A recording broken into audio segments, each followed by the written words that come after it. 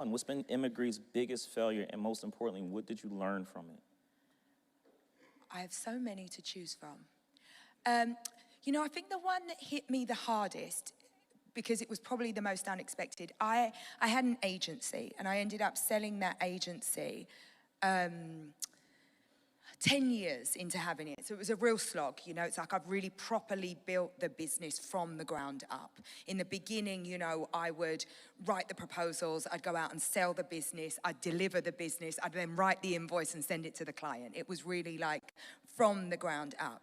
And after 5 or 6 years, it got successful, and I opened an office in Paris, and I opened an office in New York, and then I came to LA. And it's a great lesson in understanding the culture of a place and knowing what you don't know. And I didn't know what I didn't know. So I went with my agency, which was about, you know, celebrity partnerships and film product placement and doing great collaborations. And I took that to LA, where your neighbor is a celebrity. Your kids are at school with Beyonce's kids, meaning you don't need a broker. You don't need this middle woman. And so what I had to sell wasn't relevant in that place.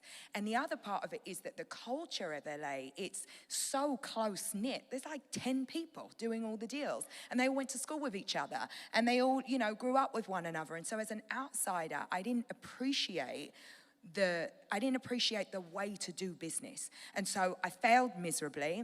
It took, you know, I wasn't so quick at admitting my failures back then. Like the idea of fail fast, like, wasn't a thing. So I failed really slow, and it was like a slow car crash, you know. It's like I just couldn't let it go, which meant, you know, I'd taken people out of their jobs. I brought people, you know, from my New York and my London office and made them move their whole families there. And then I had to go back in and say, I'm really sorry, like, you don't have a job anymore. And for someone like me, that was soul destroying. So I learned when I started Good American, if you're going to be successful somewhere, you probably need to be there, which sounds easy, but if you've already had successes and you know, exported your offering, you don't really know that. And so I really learned with Good American that I needed to be in the place, I needed to be of the culture, and I needed to assimilate to a different way of doing business.